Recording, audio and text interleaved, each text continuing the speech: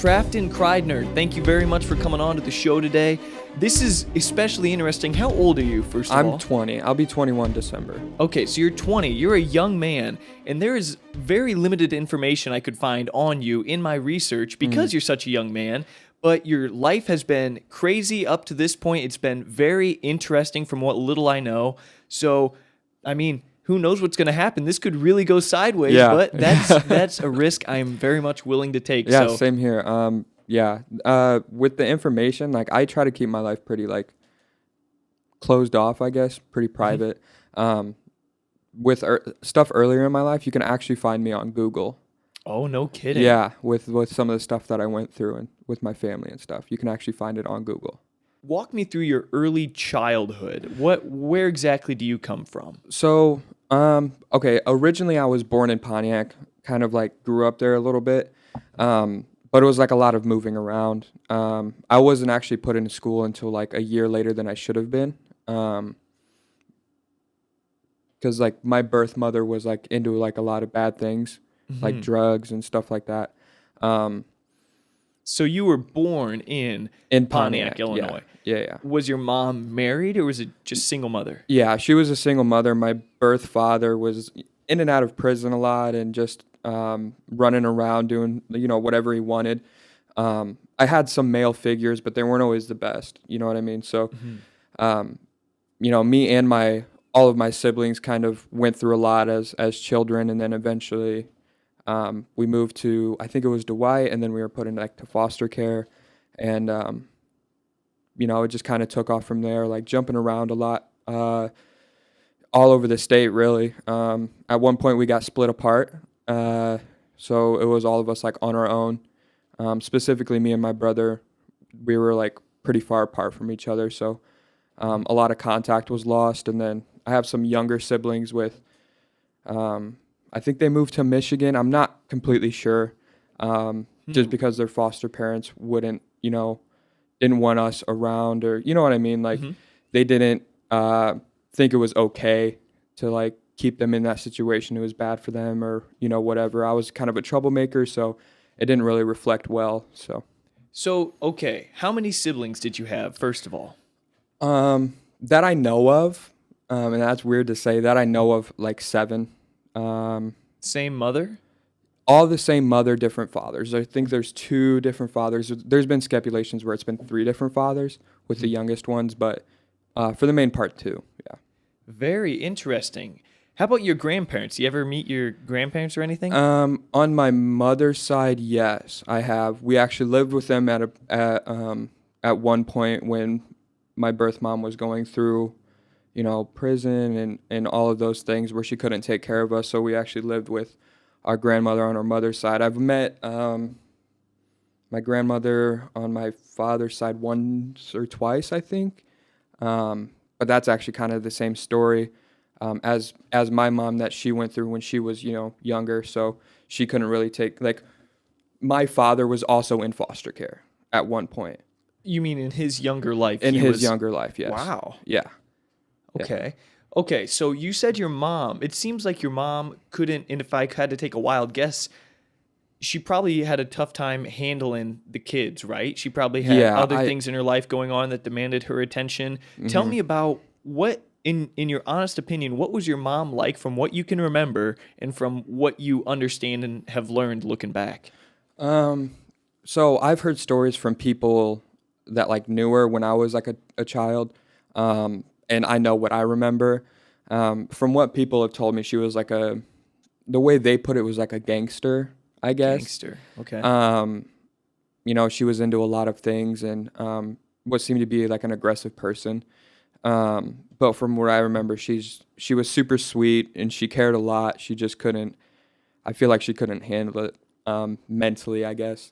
And that's kind of what drove her into drugs. It was just like a lot at one time. And then, being around the area she was in with the people, kind of just, one of those things that you just get tied up in, and then it just gets progressively worse from there.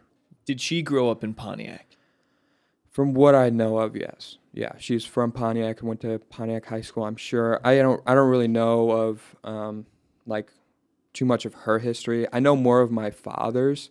That's just because I was actually adopted by my aunt on my father's side. Okay. Yeah. Wow. So your dad's sister adopted you. hmm Where was your dad at? Do you have any memories of your dad at all? I have one significant memory of him. Well, I have two. One when I was really young, and then one when I was still in the foster system.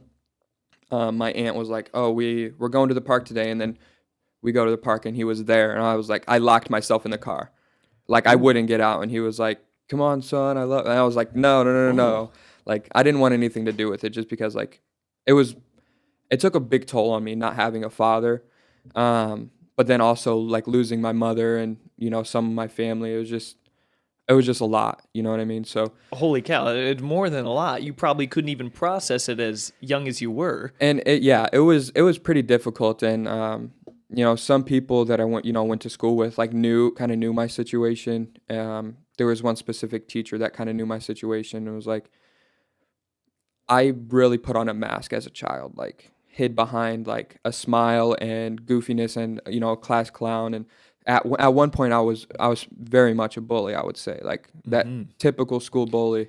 Very Like. typical. Yeah. Yeah, like, oh, he's got problems at home, so he brings it to school and like thinks he's bigger and badder. You know what I mean? So it was a lot as a child, and it really does take a toll later on in life. Like you carry that stuff with you like forever. You really do. Like you always remember. You can't just like forget about it.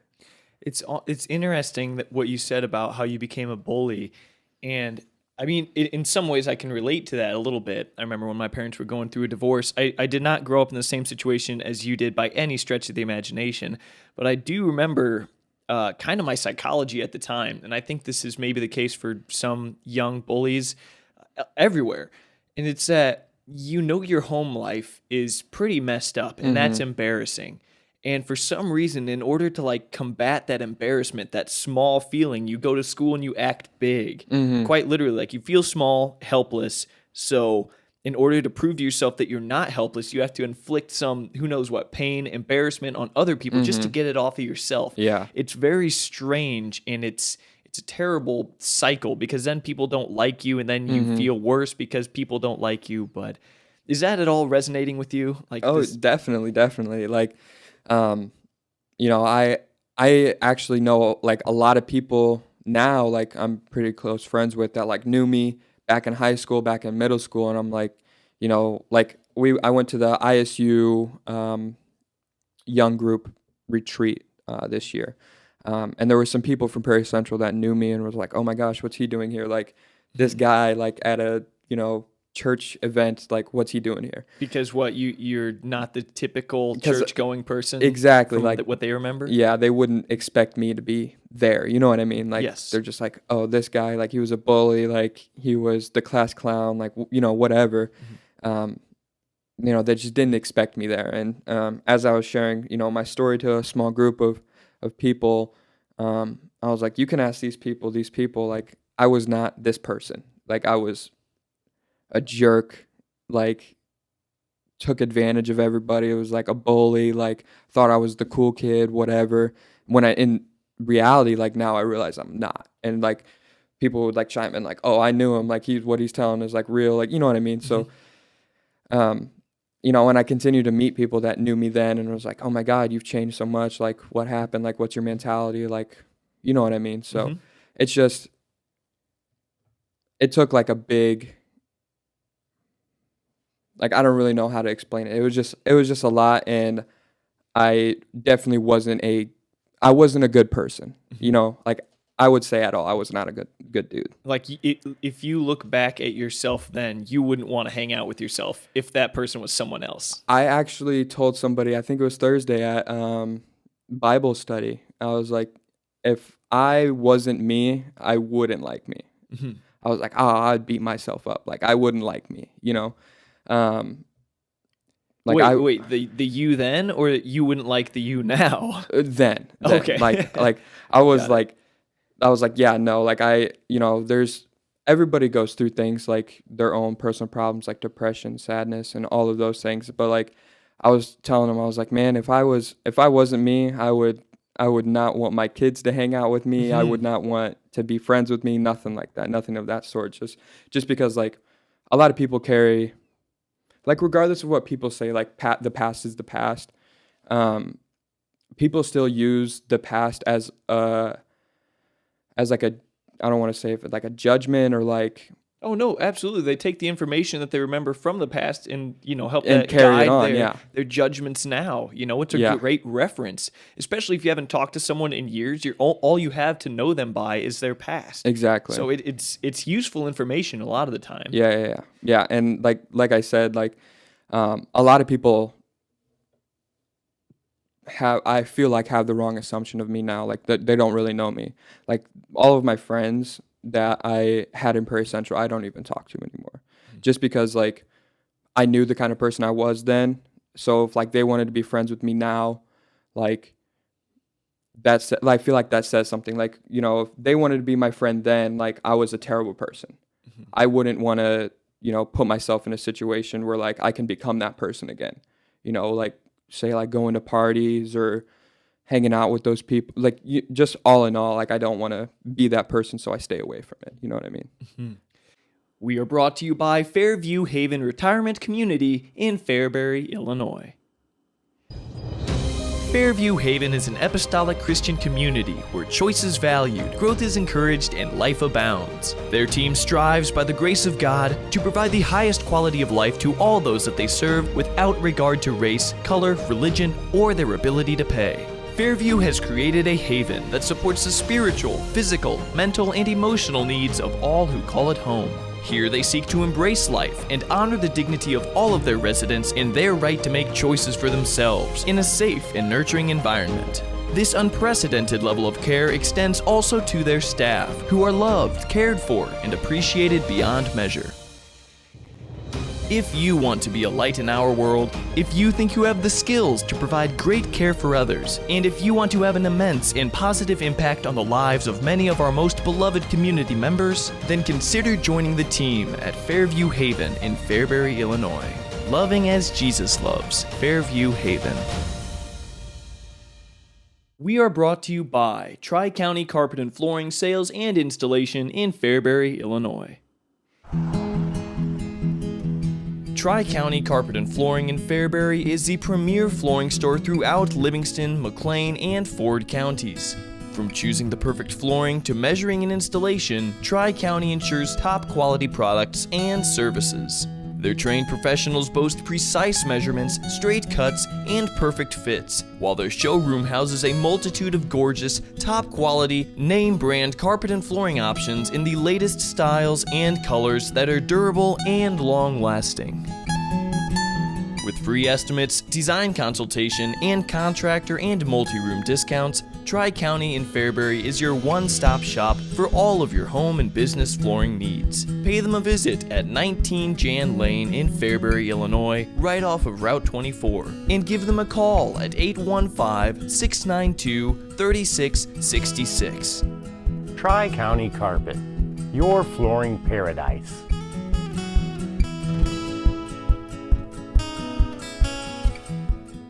You wound up in foster care. How old were you when that happened, and how did you wind up there? Because if I understand correctly, rarely do kids check themselves into a foster home. So how'd that happen? And it's so weird that you say that, is because like pretty much I feel like that's pretty much what happened. Is like, so I think I was about, I want to say I was in there like in foster care through the baby fold. I don't know if you know about the baby fold, but it's actually here in town. Yeah.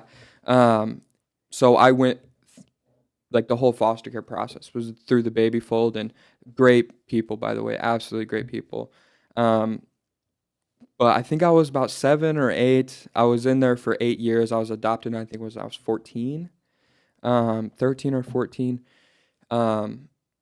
So around 6, in between there. I don't really remember what age I was, because it was a long time ago, if I'm being honest. So, and a lot was going on, so I don't really, I have no idea. Yeah, whirlwind of stuff's going on, so it's a blur. Yeah, pretty much. It's the beginning is a blur. And then once we started like getting into the process, like moving around all the time, going from home to home, it was just like, that's when I was like really like, oh man, what is going on here? You know what I mean?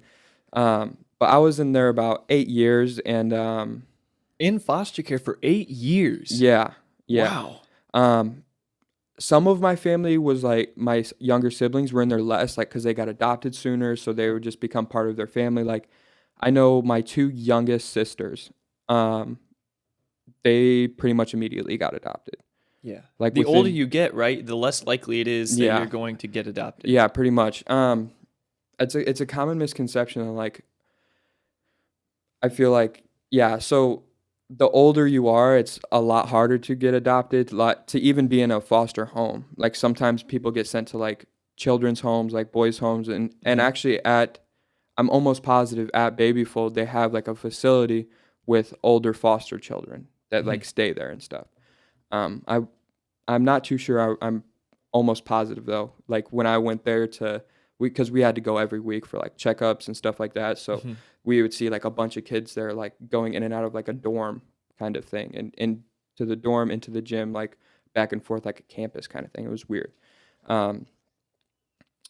But yeah, so sorry, I lost my train of thought. No, you're good. So I'm asking, well, first of all, maybe you can tell me how did you wind up in foster care actually? Okay, yeah, So yeah, like yeah. what was the moment that you decided to go in, or who put you in and why? Explain that to me because I'm a little confused. So, I mean, and I just want to say sorry if it's like, if this part gets like a little graphic, not graphic, but like it's a lot. Sometimes the truth is more than we bargain for, but it's necessary to hear, I think. So by all means, let Yeah, it, if and you're this- comfortable with it, let it come out. And I mean, this is actually the thing that is on Google. So when I was in, I want to say like, I don't even know if I was in school yet. I have no clue. Like probably first or second grade. I actually had to testify against my birth mom in court because we were living in a trailer, a rundown trailer. It was all torn apart, and she was actually pregnant. And the man that she had been, with was actually had went to prison quite some time ago. So everybody was like, maybe there's like a third father in the mix. That's where that comes from. But she would come up to me and like all messed up all the time and just, let us run around buck wild and do whatever we wanted. She would come up to me and ask me for my belt. And I always had a belt because, the clothes are too big or, whatever. But I always had a belt. And she would always come up to me and ask me for it. And I don't know if you're like, how people, like when you go to get blood drawn, they like, the doctors and the nurses tie that rubber band around your arm. To make your veins pop. Yeah, to make your veins pop. So my mother was into heroin very bad. And most of my family was on my father's side more. Or no, my father was the only one on his side into that. But more of my mother's side. I think I have like one aunt that never really did it. But she would come up to me a lot and she would ask me for my belt. And like I said, the trailer was real run down and kind of torn apart. So she would go into the bathroom after she took my belt from me, and and there was like a warp in the wall, like the trim, I guess. So I would be like super nosy and I would like go peek through it. And I would always see her like giving herself shots. Like that's what I was like, why is she giving herself shots? And with my belt tied around her arm, which is like super messed up. Like I feel like you'd ask your child for their belt so that you can tie off and do drugs. It was like super, super messed up. So eventually like this man came to my door one time. He came to our door and he was like in a suit and he was like, "Is your mommy home?" I was like, "Yeah, she's sleeping." I don't remember exactly how it went, but I remember this man coming to my door and me explaining like, "Yes, she's here, but she's sleeping. She can't come right now," kind of thing. And then that would keep happening. Like another guy would show up and then 2 more guys would show up and then like. And they would leave when you tell them that. Yeah, they she's would like, sleeping? sometimes they would stick around, but they knew who my mom was. Like they knew like her prior history, like all of that. She had drug problems and, stuff like that. And this was DCFS, right? This was Child Protective I'm Services? I'm almost sure this was DCFS. Yes. Okay. So, like I said, she was pregnant when she was doing all of this. Wow. And it's crazy, right? It's crazy. Well, because that can have direct effects on the kid, like it can make them pre-addicted, right? Yeah, exactly. If the mother shoots up, that's what they call it, shooting up. So if the mother shoots up, it can literally get the baby high, like on heroin and stuff. It's just like mind-boggling messed up to me. So she actually went into labor and she was at the hospital. And the baby was born, like this is how we kind of like got into foster care. So like the baby was born and, they obviously do blood checks and like all of that stuff, like blood draws, tested and stuff. So they found out that the baby was born like addicted to heroin, like on heroin. Like there was heroin in the baby's blood. It was so messed up. So one day we were at our friend's house, our mom's friend's house, and we were like the only children there. Like we were the only people there, like just the children. And, this van pulled up and like they started banging on the door. So there was a guy in a big guy in a suit. And then there was like this girl and they're all dressed in black, like the Men in Black kind of thing, and in a black van. And it was like super weird. And they were like, hello, is your parents home? Blah, blah, blah. They're like, no, we don't know where they're at. Like, well. And they knew to come to your mom's friend's house. I don't know how they knew that, but they just like showed up there. They have their ways, I'm sure. I'm sure. So they were like, is anybody home? I'm like, no, it's just us. Blah, blah. It was me and the friend's daughter that answered the door. And nobody's home, whatever. They literally come in and like grab us. No kidding? I promise. Like they come in and they're like, you got to come with us. I'm like, we don't know you. Like we're not going with you. So they grab me, my sister, and my brother. Me, my sister, and my brother, and they put us in this van. Just before we move on, you know what? Screw it. Keep going. I apologize for cutting you off. No, you're good. So yeah, they put us in this van and they take us. We're driving what seems like forever. And apparently, I want to say that we came to Bloomington. Like, we came here. But from what I remember, it's like we went to this building in the middle of nowhere. And it was like this warehouse thing. It was so weird. And, like, this big conference table in the middle of the room and a phone. And me and my brother sat down. And they were like, who can we call? Like, is there anyone in your family that that would, that you guys go spend the night at their house? Like, you want to go spend the night I'm like, I have no idea. And then like we're sitting there, they're like, okay, well, why don't you guys go grab something from the shelves, I guess. I don't really know. So they take me and my brother back to this, and like I'm saying, what seemed like a warehouse. Maybe it was just like since we were so little, I was like, oh my gosh, this is so big. But they're like, oh, you could pick whatever you want. My brother picked a toy. I picked a photo album, a pink photo album.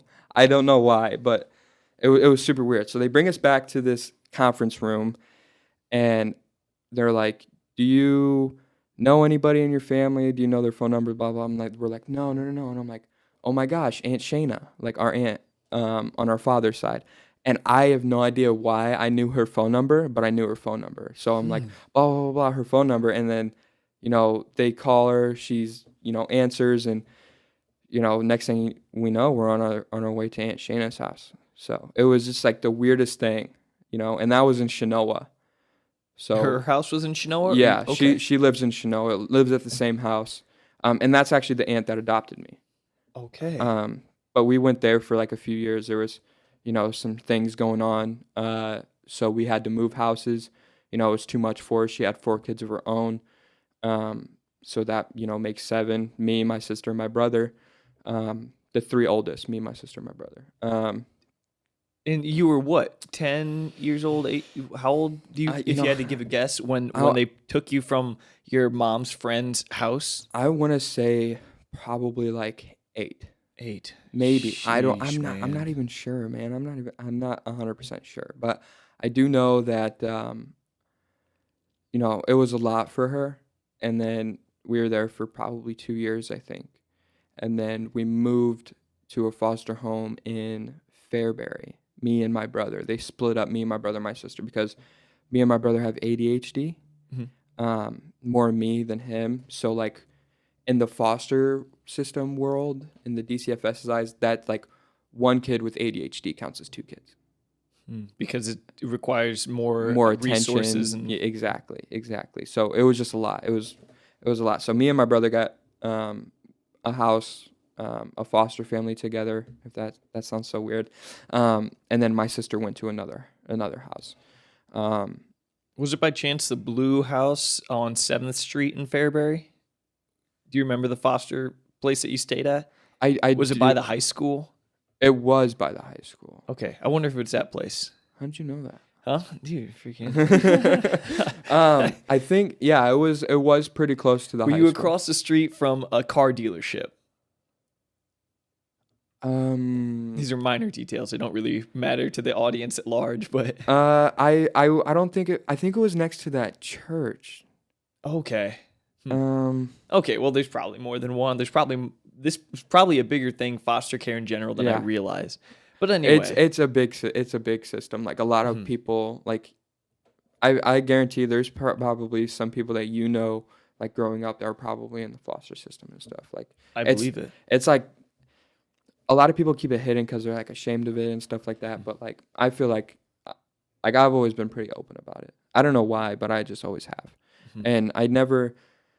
Some people might like, oh, he just wants sympathy or something like that. I'm like, that's the last thing I want. I just want people to know, like, oh, I'm not poor. I'm not. Well, technically, I am poor, but like, or was. It's not that I can't afford these things or whatever. It's just that like, the foster system like doesn't let you have certain things. Like it's very, very strict. Like I wasn't allowed to be on a computer when I was in the foster system, like at all. It was like super frowned upon. Like I have no idea why. And I don't know if it was like because like they don't want you to get in contact with like the family you've been taken from or like people are looking for you. I'm not even sure, but it was just like there's like a lot of things that we couldn't have as children, like video game devices and stuff like that. We weren't allowed to have them. And I'm sure things have changed now, but I was just never allowed to have them. Like I didn't like all the kids on the bus would be like playing on their like iPods and stuff like that. And I was never allowed to have those ever. Interesting. It was so weird.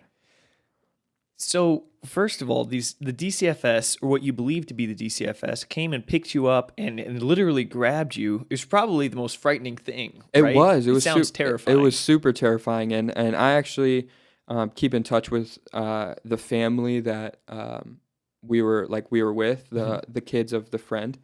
I actually keep in touch with one of them. So and we've talked about it, and she's even said like it was like the craziest thing. Like we were just like napped from their house. It was just like the craziest thing. Yeah. Holy smokes. Okay, so then you wind up in Fairbury, you and your brother together. Your brother's name is Braden. And you both go to Fairbury, right? You live in a foster home together there, and your sister goes somewhere else. Yeah. So actually, straight from like the same day kind of thing, like we got picked up from that house and taken to this facility kind of thing, and then we were actually taken to our aunt's house. That was our first foster care placement, but it was like an emergency placement kind of thing. She still had to go get her licenses, because you have to have a fostering license to have foster children in your home or even to adopt in certain situations, I think. So all three of us actually went to our aunt's house, but we were there for I think we went through like a school year and a half. Like we weren't. It was a temporary stay. A temporary stay kind of thing. At the end, I think she wanted it to be permanent, but like we were just like so much for her as children. Like we never really got to be, when we were not in foster care, like with my birth mom and stuff, we never got to be children. We were always like, hiding from people and running around, bouncing house to house. It was just like a lot. It's remarkable how well-spoken you are at just 20 years old, given the circumstances you grew up in, because it can be downright traumatic from what I've learned for foster kids, or just any kid that's bounced around from place to place without any real stability. Because what you learn, and just you correct me if I sound like an idiot, is if you're constantly moving places, and your parents aren't structured and stable, you never really learn that you can trust anything or anyone. Exactly. Like, So like, good luck having relationships in the future, you know? and that's like the craziest thing is that like, that's what it affects the most is like relationships. We are brought to you by MARCHELLONI'S Pizza in Fairbury, Illinois. Look, this place has the best pizzas. I've tried thousands of different pizzas from thousands of different pizza places, and that's not an exaggeration. I love pizza, and I love pizza from MARCHELLONI'S Pizza in Fairbury, Illinois. So pizza from MARCHELLONI'S Pizza is obviously amazing, and not only that, they also offer a daily happy hour. So if you call between 4 and 5 p.m. and order a pizza, you get the second one of equal or lesser value for free. Restrictions apply. You can even call at 4:45 p.m., order your pizzas, pick them up at 8 p.m., and you will still get that happy hour discount. For the most delicious pizzas around, head nowhere else but MARCHELLONI'S Pizza in Fairbury, Illinois. Call them up and place your order today at 815-692-4602 and pick it up at 405 East Locust Street in Fairbury. I love MARCHELLONI'S Pizza. From business logos to building signs, Aftershock Decals and Designs in Fairbury creates graphics and prints that will make heads turn. If you need signage for any occasion, Aftershock's team of creative experts are virtually unlimited in their capabilities. They can create the highest quality, full and partial vehicle wraps for cars, trucks, trailers, semis, and race cars, as well as small to massive banners for all occasions. They also do yard signs, decals, window perforations, stickers, custom logo designs, and much more. When you need to promote your business, develop your brand, or enhance your image, do it all with the area's most trusted graphic design company, Aftershock Decals and Design in Fairbury, Illinois. Give them a call at 833-332-2548 or pay them a visit at 116 East Locust Street in Fairbury.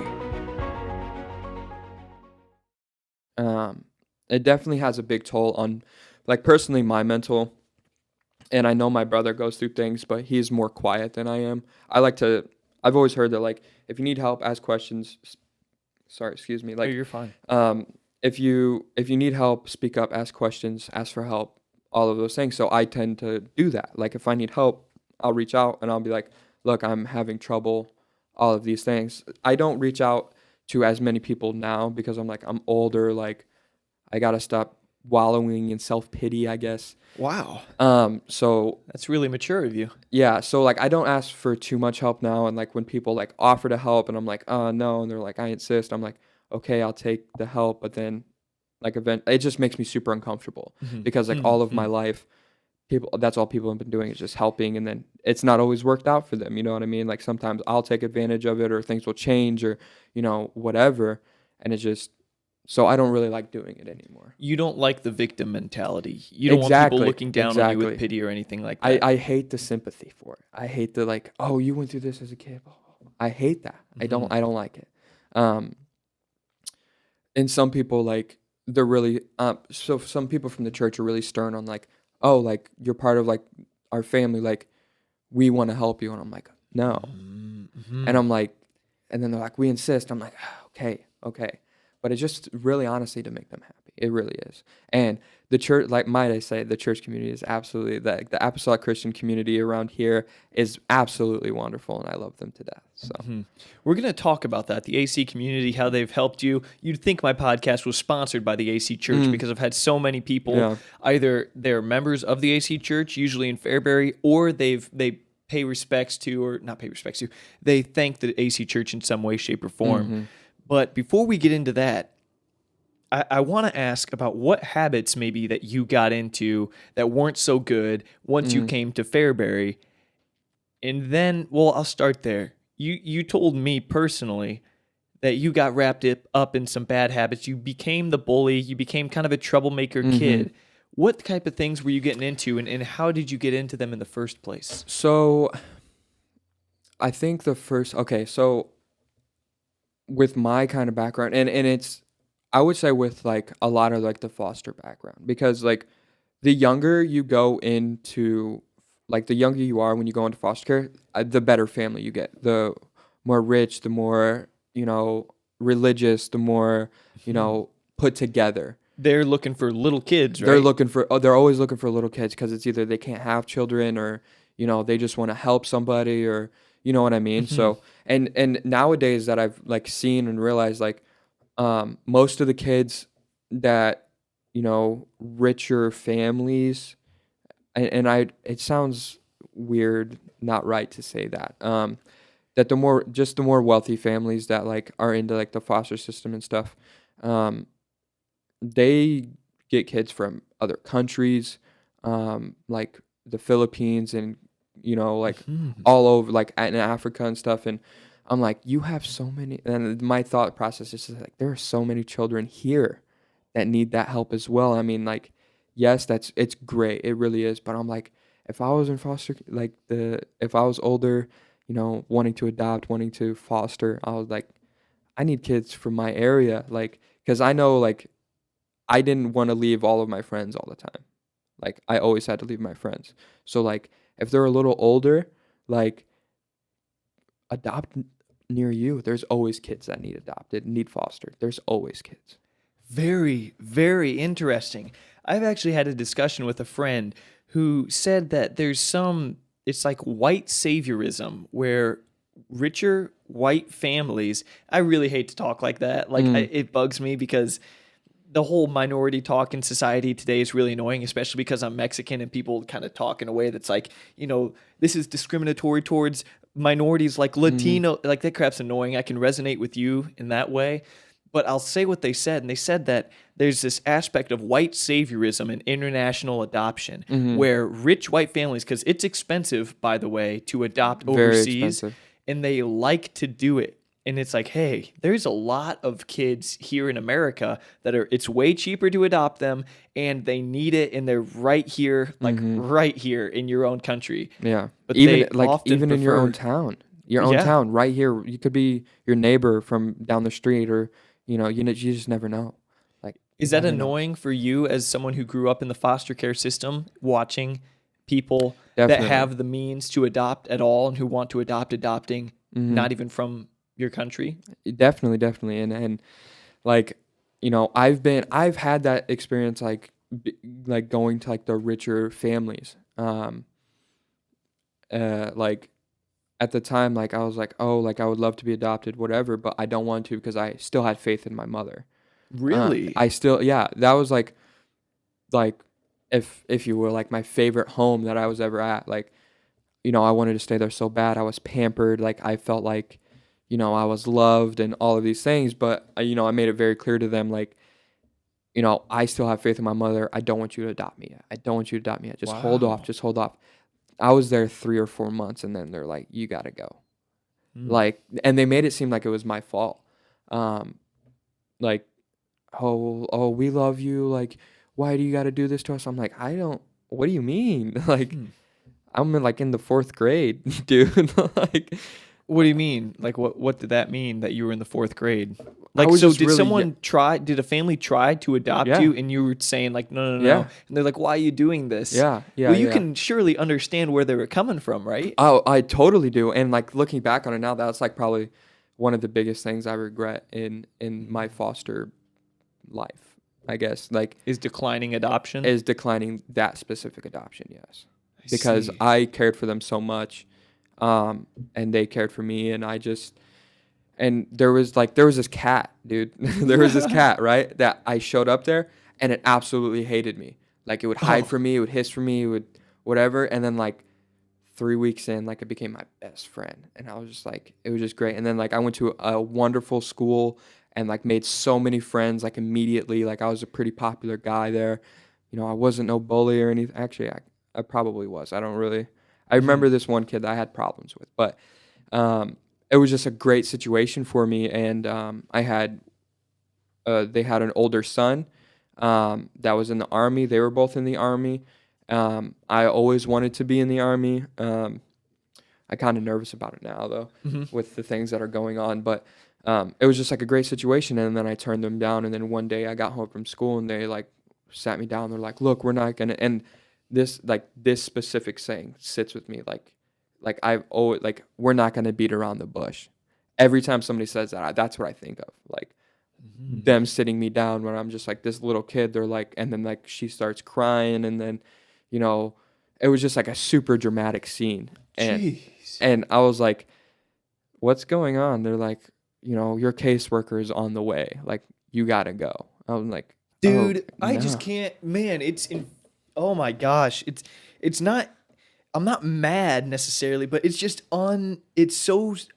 it's so unfortunate that you had to go through the things that you went through at that age. Mm-hmm. You saw your mom doing heroin. You got sucked up by the DCFS with your siblings and taken to some warehouse and then put in a foster care home, then moved from that foster care home, to your aunts or whatever, and then to another. You just shifted around. Then you're So with a many times, family. yeah. You're with this family, and then they're sending you back.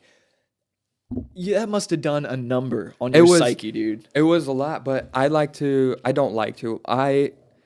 And you don't like the victim mentality, and I respect you for that. So, like, you're probably hearing me say this, and it's like, well, before you feel bad for me, don't, But, yeah. And, nowadays I say, like, oh, I'm never put in a situation that I didn't put myself in. Like, everybody has the choice, the opportunity, the chance to do what they want.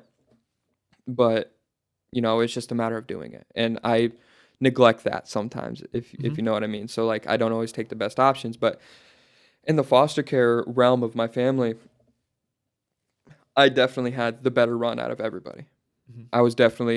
I had 2 houses that were, pretty good. One house was like, it was pretty good, but I was definitely treated differently. Definitely like one of their older sons, like it was just like a lot, Oh, sure, yeah. He had things going through. He was actually adopted into that family as well from like a young boy. Mm-hmm. Coming into a home and screwing up the family dynamic is never a smooth process. It's not. Like I remember like, like going from foster family to foster family, like there was like, that transition, I wouldn't sleep for days. Sure. Like I would be up like in the room that they sit me in, like this is so weird. Like I don't know these people. I'm just in their house. Yeah. You know what I mean? It was just like so weird. And the craziest thing about that family that was like, look, you got to go. It was just me and them. Like their son was older, deployed. And so it was just, the mother, father, and the foster kid, I guess. So the weirdest part about that one, like the transition, was they took me to a McDonald's one time, and there was these people waiting there. A mother, a father, and 2 kids. And there was a boy and a girl, and I was, running around having fun with this boy at a McDonald's, and come to find out that eventually, like, that would be my next foster family. Wow. Like, and the way that I think of it was so weird. Like, did they set it up then? I feel like they pretty much set it up. Like Sure. the way I feel like think about it is like I was like a dog or a kitten being brought to show them, and then they're like choosing if they wanted me or not. They were deciding. Yeah. Exactly. And like it was just like the weirdest thing. The weirdest thing. And that was the next foster family I went to, and that was here in Bloomington. And I made a lot of friends here. That's where I started my football, and it was just great. And I keep in touch with their youngest son, and it was just they were really good people. But like I said, I was just a lot as a kid. I was a lot to handle, so I eventually went back to my aunt's, and that was my final place that I was at. And then like 3 or 4 years after that, I was adopted. We are brought to you by Fairbury Indoor Flea, a monthly indoor flea market hosted by Tricia's Treasures in Fairbury, Illinois. This flea market is held every second Saturday of every month from October to May from 9 a.m. to 4 p.m. So that's Saturday, October 9th, November 13th, December 11th, and so forth. There will be a wide variety of items available at these events, such as plenty of man cave pieces, vintage and antique collectibles, tools, dishes, jewelry, furniture, cupcakes, and cookies even, crafts, steamer trunks, customized cups, shirts, pens, signs, and so much more. Additionally, at each market, there will be 7 local vendors. The second Saturday of each month just got a whole lot sweeter. Again, this will be all at Tricia's Treasures in Fairbury, Illinois, which is an awesome vintage store. For one-of-a-kind antiques, art collectibles, furniture, and gifts, and also for any and all of your refurbishing and repurposing needs, check out Tricia's Treasures in Fairbury, Illinois, located in the old bowling alley on the west end of town, right off off of Route 24. Great place, great flea market. Check them all out. Just so we can get an insight into what the mind of a foster kid in your situation was at the time, do you remember what emotions did you feel going through all of that? Did you ever have feelings of, am I worth anything? Does anyone want me? Am I, like, what kind of things did you think? I don't think I was old enough to recognize those thoughts and feelings. Maybe was a blessing, but I feel like it was a blessing. It wasn't until like pretty recently, within like the last probably 5 years, I would say, or 4 years, that I would say I'm really able to navigate my emotions, and then like look back and like, oh, this is what was happening. That's how I felt. But I would probably say like,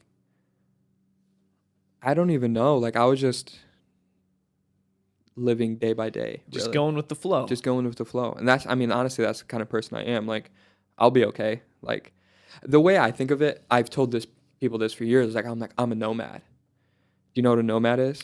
Explain it to me. So, a nomad Indian or Native American is a tribe that follows the herd. Like, that would follow a big herd of buffalo and hunt, and they just follow them all over the United States. Always kind of like follow the food. Yeah, I get Pretty much follow the food. Like, you know, they would be there who knows how long, pack up, leave, set up camp, pack up, leave, just keep on doing that. Mm-hmm. I don't know. I think I learned that in like probably like the 3rd grade. And I was like, oh, that's me. I'm a nomad. Like, because I've always just, you know, not sure if I'm going to be able to sleep here tomorrow. So like always be on my toes. Always be ready to follow the herd. Like, wherever these people tell me I'm going. You know, I've never really had much as a kid in foster care. Like, I'm pretty sure all of my belongings fit in like 4 or 5 boxes. Like, not even big ones. You're ready to get up and go at a moment's notice. I mean, even till this day, yeah. Even to this day, like, it doesn't matter. Like, and I've done it even recently. Like, I packed up and went to Oklahoma for I think it was like a month. I was there for like a month. Packed up. I was like, you know, I'm over this, blah, blah, blah. And then my brother reached out to me and he was going through some things. I was like, you know what? I'm coming back for you, bro. And then things have kind of like looked up from there. We got our own apartment. We got really good jobs. But he's actually moving on. I think he's moving on he has an interview at Mayo Clinic in Michigan.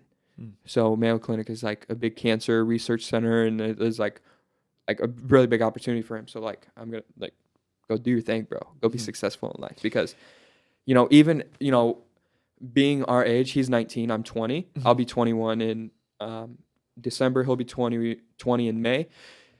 We're the only ones in our family that really haven't like had a record or been to prison or done like super serious drugs like heroin or something like that. And, you know, I'm really proud of him. I wish I could be more proud of myself. You should be.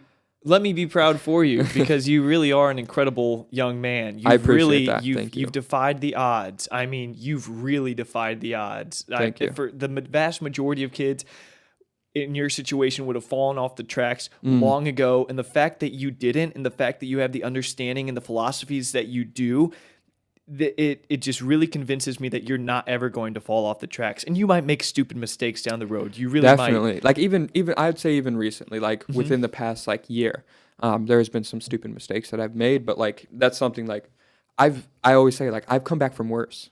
I've survived through worse. I've, you know, slept in worse places. Right. And if you just learn from those dumb mistakes and you become a better man for them, then good that you had them in the first place, because you're just going to get wiser and smarter. Than it's like that guy who wrote that song, "How are you ever going to get to be old and wise if you're not ever young and crazy?" Exactly. If you learn from those things, you're going to be a lot better off down the road. You know, you'd want to never, if they're too dangerous or too terrible and they have lasting effects, that's one thing.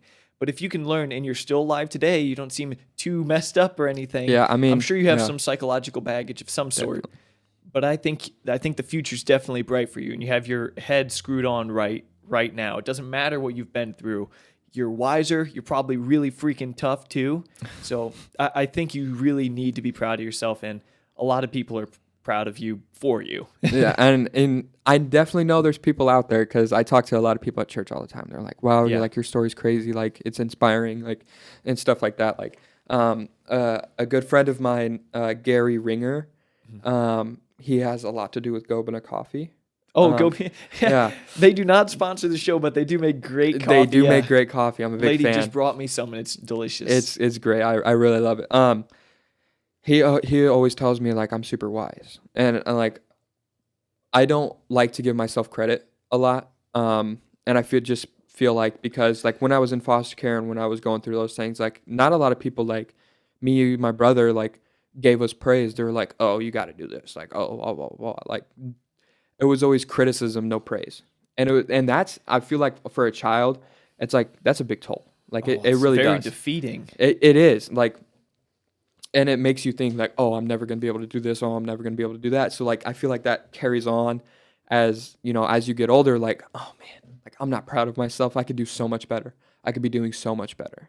And that's what I tell myself all the time. Like I could be doing so much better. But is that motivating for you, or is it defeating? In a way, like both. Like it's like motivating, like, oh, like it's already 10 o'clock. Like I got to get out of bed.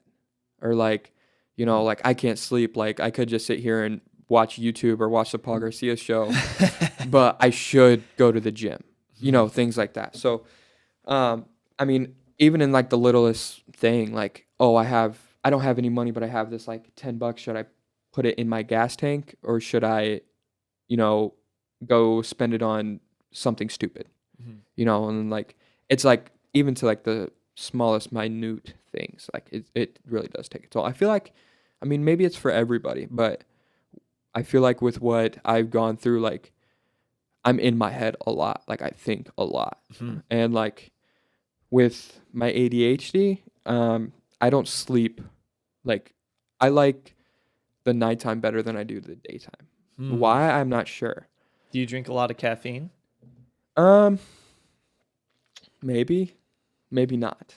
What does that mean? I don't know. I don't know what's a lot. I don't know what a lot is. What do you drink, like a Monster or something a day, or you just Not said anymore. you had Starbucks? Not anymore. Yeah, I'll go to Starbucks, but that's like I'll get a grande frappuccino or something like that, and that's like once or twice a week. I don't really do much caffeine, but I mean, I used to drink so much caffeine, like so many Monsters. I get fantastic. I drink a lot of coffee, but now I start to cut it off at 2. I would drink it up until 8 p.m. and it would affect my sleep. Even though I would fall asleep, I would wake up like groggy. I'd wake up not being able to think clearly, because if you drink caffeine too close to bedtime, you don't get REM sleep. Also, if you smoke weed close to bedtime, or even at all for the most part, your REM sleep will be significantly diminished, and you won't have dreams. You'll notice that's one big thing. Or you won't be able to remember them. No, you won't even have them. And in your REM sleep is kind of when these, what are they called? Well, your myelin sheath builds up. These mechanisms in your brain really start to strengthen. And that's really when you learn, is when you're in REM sleep. It's when all the healing of your brain happens. So if you don't get that, you're going to be worse off. And the reason I asked if you drink a lot of caffeine is because I was living in a brain fog for quite a while, and I stopped drinking caffeine after 2 p.m. and it changed everything. So anyway, going on a bit of a tangent there, I want to ask 2 things. The first, did you ever get into drugs? Yes.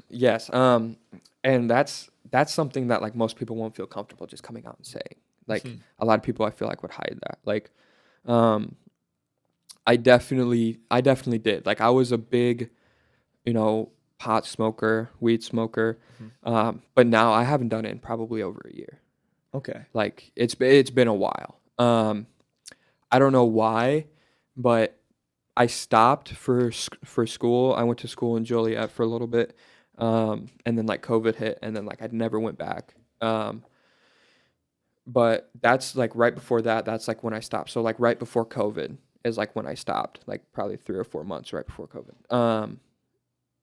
And then like I tried it when I got out, and then like it was just like never the same. Like I can't do it anymore. Like I don't have problems with people that smoke weed. Sure. Just because like I did it, and like people that didn't smoke weed, like how they judged me, I'm like, I'm not doing that to somebody. Like, in some ways it could help, some ways people become dependent on it. But I feel like for a certain period of time, I was definitely dependent on it. But now I don't. No Right. way. I don't think weed's evil. I never smoke it though. I do. I don't even. I think it creates. It can contribute to making a person someone that I don't really like though. Yeah. I don't like the culture around weed, and I'm not hating on people that smoke weed. I have a great friend that smokes it every single day. Right. And it can have significant health benefits if you suffer from seizures, if you have kids that suffer from seizures. CBD, cannabidiol, medical marijuana can really help out, but I don't think it's necessary to live a great life by any means, and it can often be a crutch for people. It definitely is. That's like the biggest thing. It becomes a crutch. People become dependent on it, and they're like, "Oh, I just gotta smoke weed." I'm like, "You really don't have to." No, right? You don't really have don't to. have to. And it slows you down too. It chills you. Like I don't like how it makes you feel. Like Yeah. I don't want to slow down. I like being like kind of alert. Like a jumpy, like let's do something. Like Yeah. And then when you smoke weed, it's just like, oh, let's chill. Like let's eat some McDonald's. Like, Yeah. I'm like I'm not about that. Like Did you ever get into anything else, or did it stop there? Because people say it's a gateway drug, Yeah. which it is. That's like a big controversy about weed. Oh, it's not a gateway drug. Well, yes, it is. Like my belief, like being a pot smoker, yes, it is. Like for sure. Because I don't know if it's like, oh, I'm just looking to get higher, or looking for something else, blah blah blah blah. But people that smoke weed or that party, smoke weed, drink, like they'll always have done or will do something else in the future. I definitely feel that way. And I'm sure that most people who get into something as strong as heroin, they didn't just jump right into heroin. Yeah, right it doesn't away. just Usually start started there. with weed or probably weed, to be honest. Yeah. This is something I've shared with some close friends from the church. More of the older ones, not really the younger ones. There's definitely other drugs that I've done, or been into, I guess. This is something I don't want to say, but I'm going to say it just because, So I was never really a big pill person. I never really did pills because people call it candy and stuff like that. They do that. Or like there's psychedelics, there's uppers, downers. There's so many different categories of drugs. And this is like a big one that people are like, oh my gosh, no way. Like cocaine was definitely, a party thing. Like, people like college kids and stuff, they're like, oh, like they call it like so many different things and like make excuses like, oh, I'm just trying to have fun. But it definitely does become a problem, and it can become a problem very quick. Because like people say cocaine, there's crack cocaine, there's crack. Crack is made from cocaine. Like Crack's like the street version, isn't it? No. Oh. See, that's like the thing. Like people have like their conceptions about it, but like you take cocaine, you melt it down in some way, and it becomes crack. Like all of the other things like cook out of it once you like heat it up or whatever, and it becomes a hard, pure. It's more like, pure. I see. Yeah. It's you're basically refining cocaine. Into Exactly. Like, That's exactly what it is. okay. And like you put baking soda in it, and like there's like definitely songs that are like baking soda that they just say that's what they mean. They're making crack cocaine. I see. And it just mixes and it melts down and becomes more refined and It's potent. more right? exactly more potent. And but at that point you can't like snort it or whatever. You have to smoke it because it becomes like a hard rock, and you have to heat it up really, really hot, and then you smoke it. It's so weird talking about this. It is very weird talking about it. I don't think it's exactly beneficial to society to ignore it completely. Yeah, So like just I feel like out of there's- sight, out of mind. It's like, how are you going to tackle the problem if you don't even know it exists? Exactly, So I think yeah. it's fine that you say that. Yeah, it's definitely weird. Like it's definitely something I've seen done. It's not something I've ever done. I've snorted cocaine, and there's probably people like that I talk to that are gonna be like so like when they watch this, they're gonna be like so mad that like I talk about this because like they like to keep their like. You're not justifying it. We're not justifying it Exactly. by talking about it. Exactly.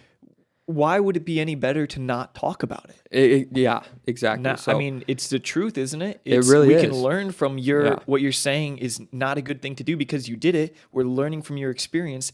Yeah, some people might be like, "Oh, how could he?" Yeah. Like, get on their moral high horse. Get over yourself Yeah, if you're really. thinking like that. So, no. Thank you for sharing that. And Yeah. you would obviously not recommend doing that stuff. Is that correct? I mean, honestly, I wouldn't even recommend smoking weed. Like, if you, like, yes, like, have your fun with it, I guess. Like, if you're at an event or, hanging out with some friends and they, indulge in marijuana, like, go ahead, like, smoke a little bit of pot. But, like, don't be buying a bunch of weed, smoking all of it, being like, oh, I need more weed. I did, like, because it becomes a habit that's like you end up spending more than you get out of it, I feel like.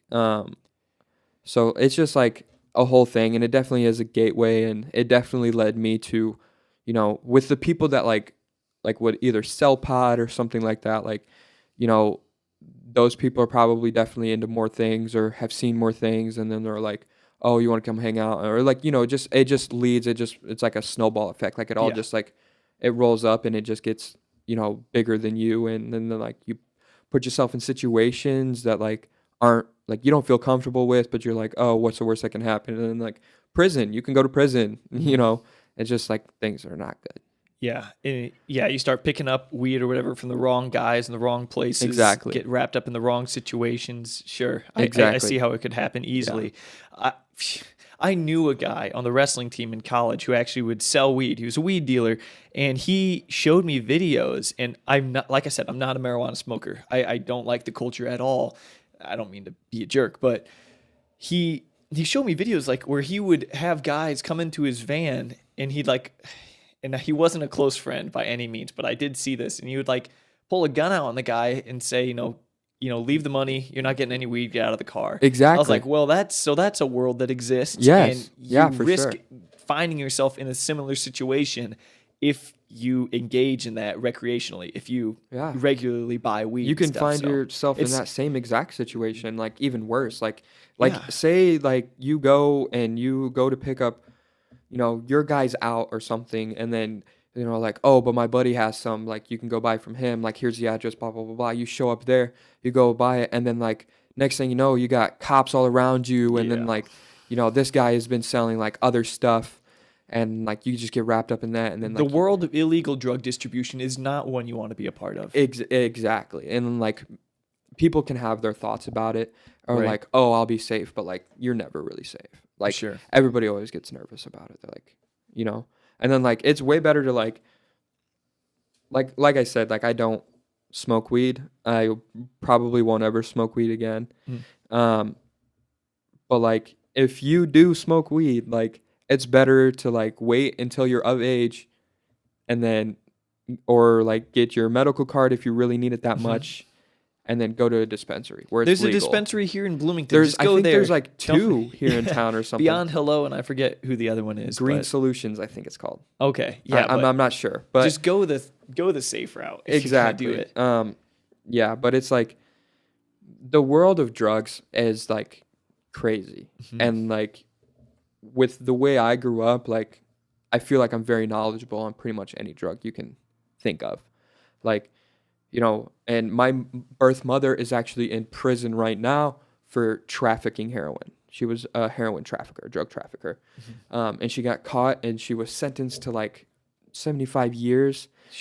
And then she only has to serve like a portion of it, which was like 22 years or something like that. And, I don't talk to my birth family, like my mother and father, but other siblings do.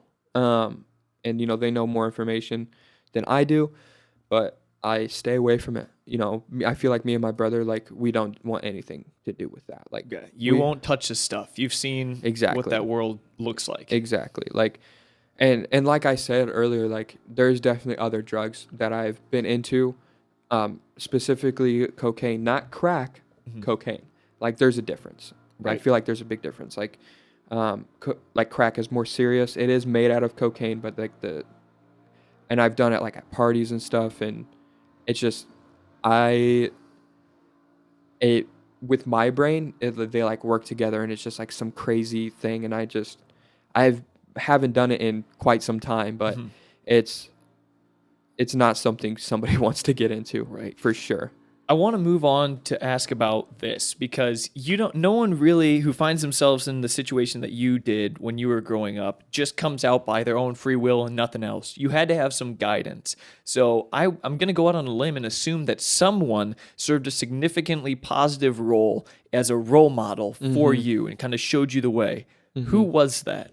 Well, That put you back on the right track, or it showed you like, hey, that you wanted to emulate, and that by emulating them, you found yourself in a good situation. Who's your Well- role model? well, I mean, I would say Logan DeCitas. That's just because he's my buddy. But Logan DeCitas. he's somebody that I look up to.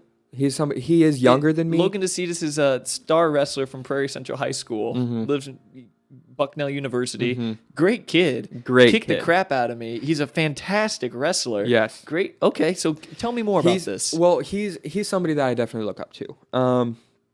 But what I say is like a role model, somebody that I'm like, man, like, this is a good dude. It started when I was, I think like 8th grade, 7th or 8th grade. I'm not sure. Actually, it started in 6th grade. I want to be very clear. It started in 6th grade. So there's this thing that I don't know them at the time, but I do know them now. I actually worked for him. His wife started this thing called TFI, the Forgotten Initiative. And they work with foster kids and kids in need to, be like a role model, a big brother, big sister kind of thing. Take them out places for kids that are less fortunate, like the forgotten. And, I had one, they call them mentors. So I had one mentor when I was very young. I forget her name. But then I got another one, and his name was Caleb Hare. He's a great guy. I've known him since 6th grade, or maybe even 4th or 5th grade. It's been a long time. And then he was like, look, there's this thing. It's like a church camp. It's an AC church camp. There's the junior high boys camp, and then there's like the senior high boys camp. Great. It was amazing. I met a lot of really close friends there. And it just kind of took off from there. Like, Caleb Hare was a counselor at this church, and then we had a great time. We played dodgeball. It was really great. And then, he actually moved to Zambia in Africa for, I don't know if it was for a couple years, I think,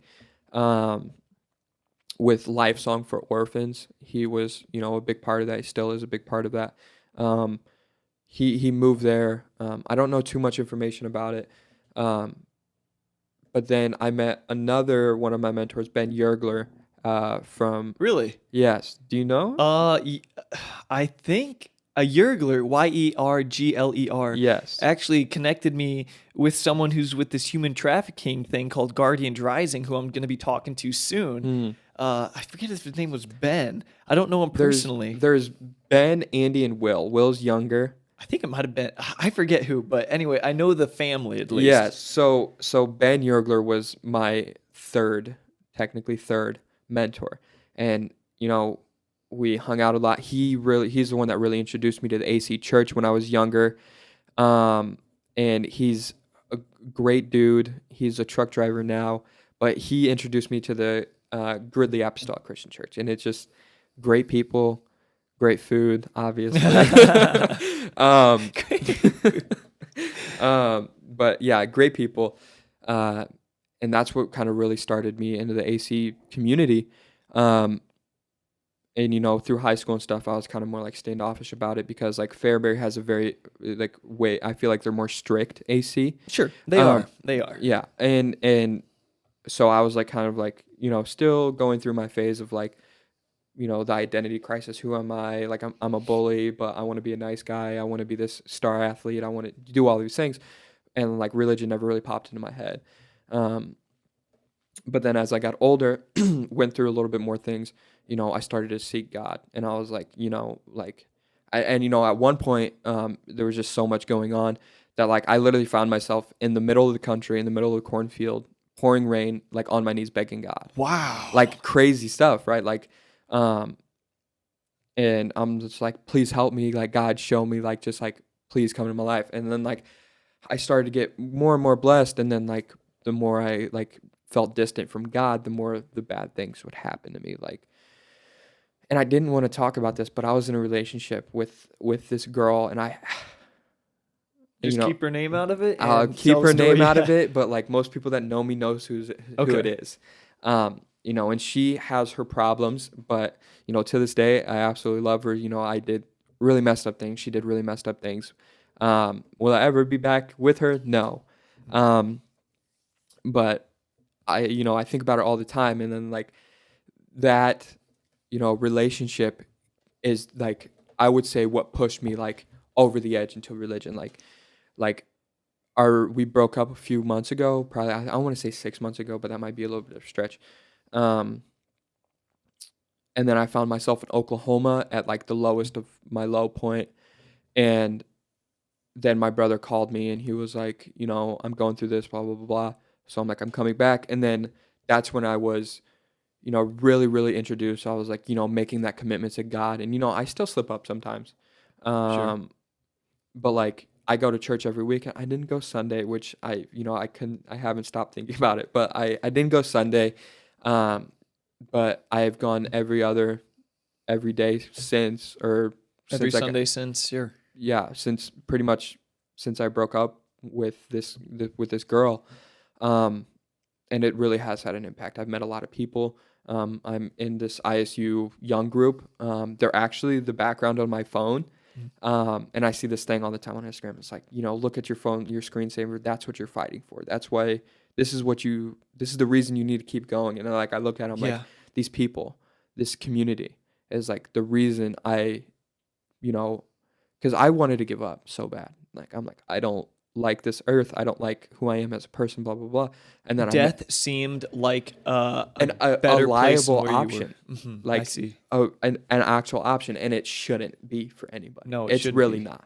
Like, it's not. It's an illusion. You think it's better, and it's in my opinion, it's Satan saying like, come on, man, come on, kill yourself. Like, sure. Kill yourself. Like, and I like to say, like, I don't like to say, but a very wise person once told me, the only unforgivable sin is suicide, because you're not alive to ask God for forgiveness.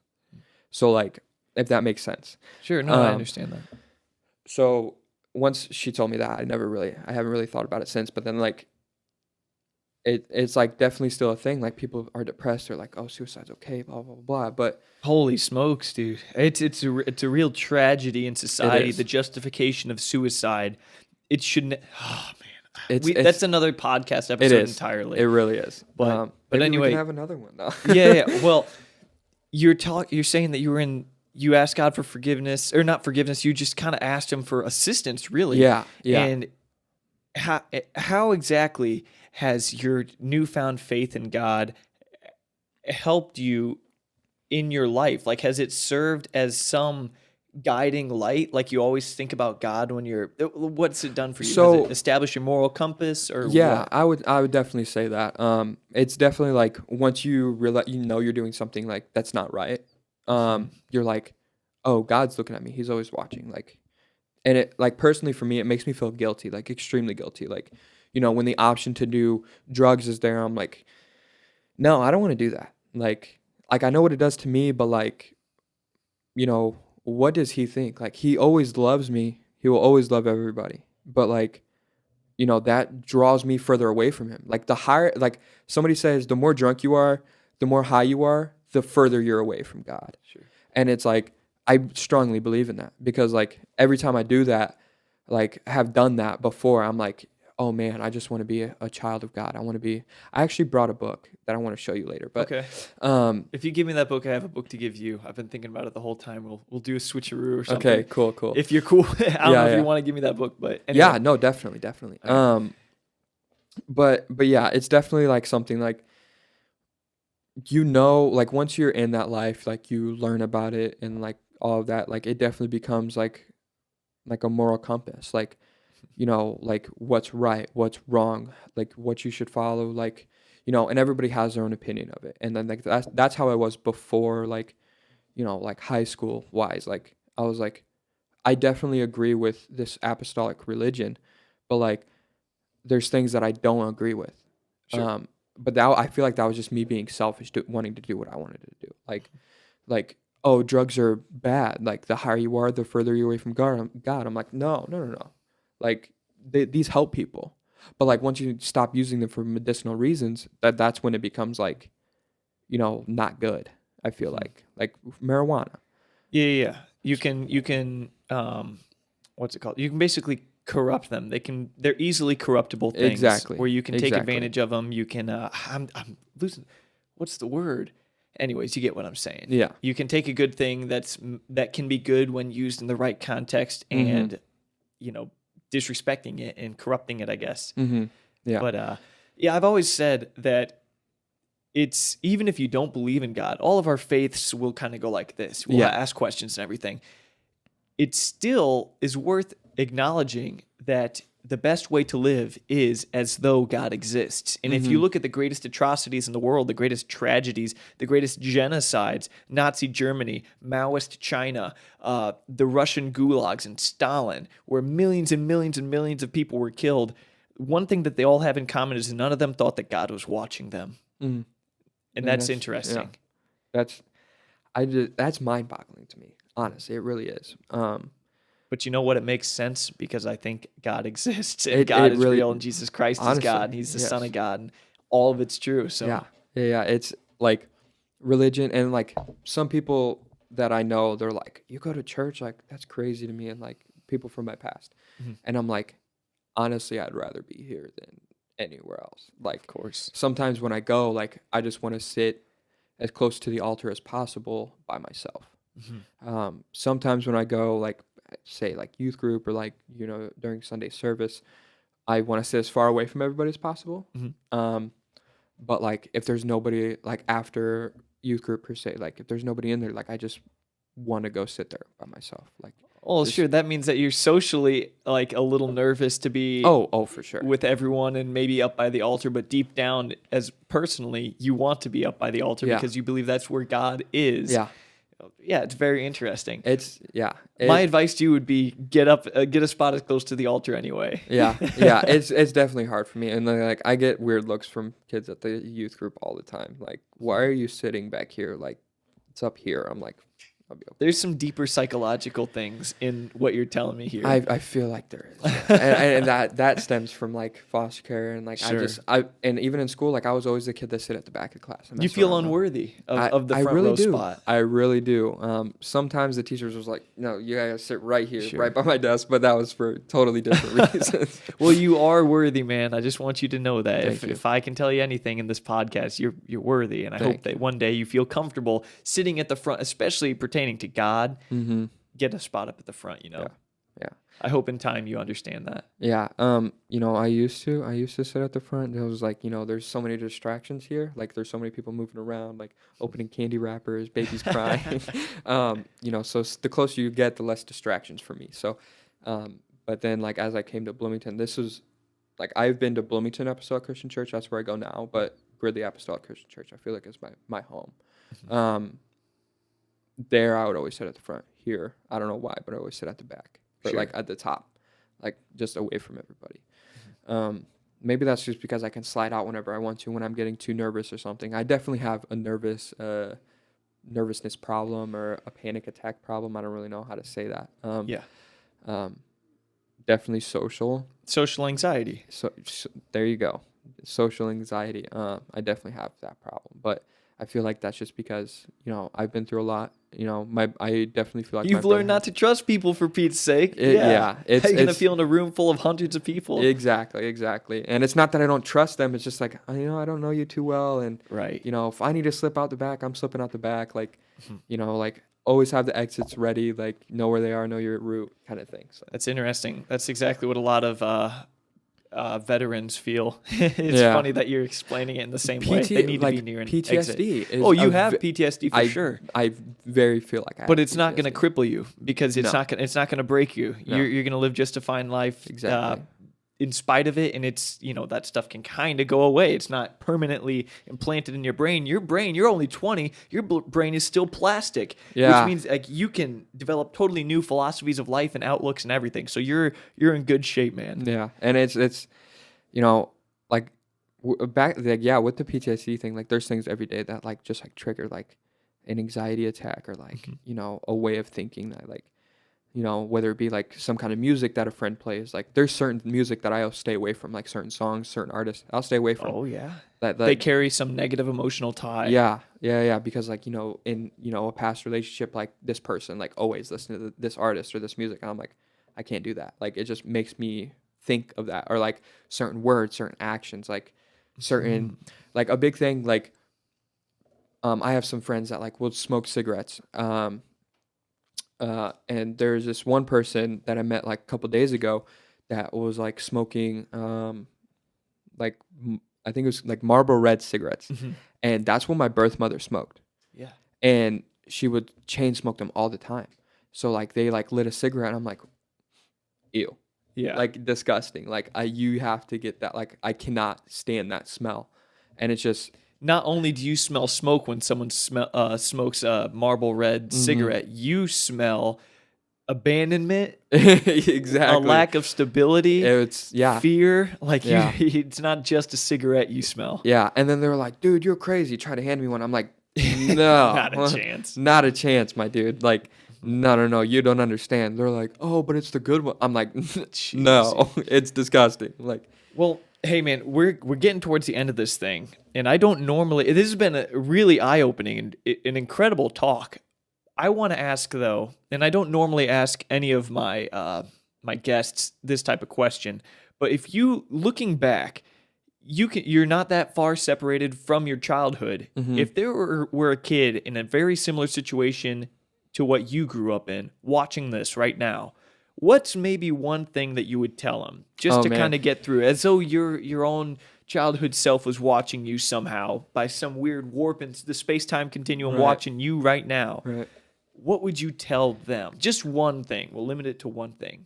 I wish you would have asked me this, like you would have texted me this, because You're right. It is pretty freaking heavy. Yeah, that is definitely a heavy question, and I don't even know if I'm going to be able to answer right off the top of my head. I would say that like. It can be a couple of things if you want. Just blab them.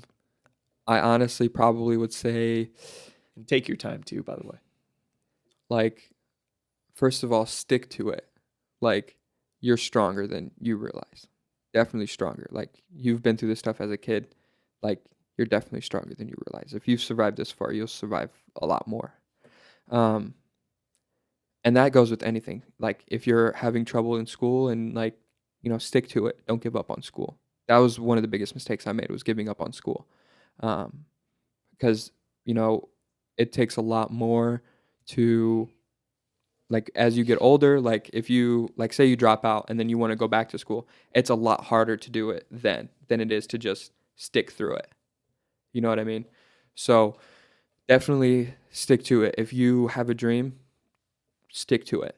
Like, I had a dream for football, but I was lazy in school. And I felt like I was a very good football player, but I just didn't stick to it. I got lazy. Don't get lazy. That's a big thing. Like, and a lot might happen, but you're going to be okay. You will be okay. Like, that's what I would say to myself. You'll be okay. That's just because I know my mentality, but like, you'll be okay. You're tougher than you realize. You're tougher than you realize. You got this, dude. Yeah. Right on, man. Yeah. There's definitely more deeper things I could probably say, but man, that would take so long to like think about. Sure, there's a million live by sayings that you could probably tell your younger self or tell kids watching this. I mean, oh my gosh, yeah. And the thing about the football, the football dream, if you apply the principles that it takes to become a great athlete, a professional athlete, and you just apply them to your life, you might not make it to the NFL. But if you live by those principles, how you do anything is how you do everything. If you just dedication, do the right things when no one's watching, discipline, hard work, wake up early, that type of stuff, it's going to bleed out into other aspects of your life and you're going to be better for it. So it's going to start like back to like the smoking weed thing. Like eventually like it'll just become a habit. Like that goes with anything. Anything can become good or a bad. habit. Exactly. It can become a habit. So like waking up early, going to the gym, eating the right food, like pretty soon it becomes a habit. It's just like you don't even have to think about it. It just do it. Like being like having a, like Logan DeCetus having a good work ethic, you know, it just became a habit for him. Like it's just the right thing to do. Like so like going, you know, dropping weight when you need to drop weight, like sticking to that, like stop, like not getting lazy. You know, working out, all of those things, like it becomes a habit. And then eventually like that just makes you like a super successful person. Right. You know? Well, Trafton Kridner, not Caton. Trafton Kridner. It's been an honor talking to you, man. I've learned a lot. You've really given us a brilliant insight. You've got a great head on your shoulders. You're an inspiration to Thank you. To anyone who watches this, really, but especially kids that grow up in a similar situation to what you grew up in. I'm very excited to see where you wind up in the future, and I'm very confident it's going to be somewhere great. Thank you. I appreciate that. May I say one more thing? Of course. Like, this camera, what's up? Okay. If some kid happens to be watching this, and you're in foster care, or like, you know, nobody's out to get you. They're just trying to help. That's what I want to say. Nobody's out to get you. They're just trying to help. Even if, you know, you're in a messy situation. Like, life is long. It's a lot longer than some of us realize. Sometimes, like, they could say, like, it's you know, one day you'll wake up and you'll be 40. Like, that's very true, but there's a lot of time in between that. There really is. You can do a lot in a month, in, you know, a year, in 2 years, in 10 years. You can do a lot. So, like, just do it. Just do it. Like, there's no reason not to. There's so many times I could go back and I can say I can go back, or I would go back to, but like in reality you can't. You just have what's ahead of you. So make the most out of that. Make the most of what's ahead of you. And then you could just be the most successful person. You could be Bill Gates, you could be the next president, you could be anybody. Just like the world's a lot smaller than you really think it is. It is. So like you can meet people, you can, you know, you could just be whoever you want to be. You know, the things that happened to you in your past doesn't define who you are. It doesn't define who you're going to be. Like, you got this. And even people that like are just having a hard time with themselves, maybe you're not in foster care. You're having a hard time. You can be whatever you want to be. You could be happy. You really can. You can be happy. Right on, man. Excellent. No better way to end this thing, Travis. It's been Trafton. Oh, that happens all the time. Don't worry about it. It's been a pleasure, man. Thank you so much for your time. Thank you. That's a wrap. Right on. Boom. Holy smokes, dude.